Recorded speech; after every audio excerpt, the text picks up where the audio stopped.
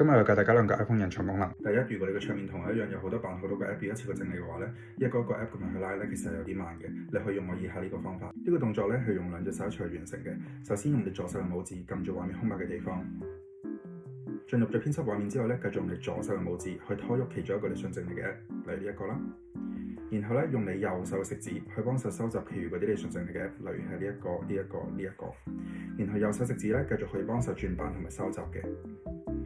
直到咧你收集完成啦，你就拖去你想要擺放嘅版面嗰度啦，然後放手，咁佢就可以一次過拖到去你想要整理嘅地方啦。第二，好多人都會投訴唔知 iPhone 最後呢一版有咩用啦，但係其實佢係用嚟幫你整理乾淨個桌面收埋啲 app 嘅。譬如話我個桌面有一個叫 Trip.com 嘅 app 啦，我一年咧可能先開過一次或者兩次，咁我就唔想將佢擺個桌面度咁亂啦。我可以用個手指咧撳住呢個 app， 然後咧好似我平時刪 app 咁樣咧咁刪除 app。然後咧就從住畫面中移除。呢個方法咧就唔係真係刪咗嘅 app 啦，但係以後我要用佢嘅時候咧，我就可以去最後呢一版嗰度直接用 search 嘅方式咧去搜尋翻 Trip.com 咧，咁我就可以用到佢啦。用呢個方法我就唔使將一啲我唔係成日用嘅 app 擺晒喺桌面嗰度咁亂。如果你都中意呢啲 iPhone 功能嘅話，歡迎追蹤呢個 account，我哋下次見。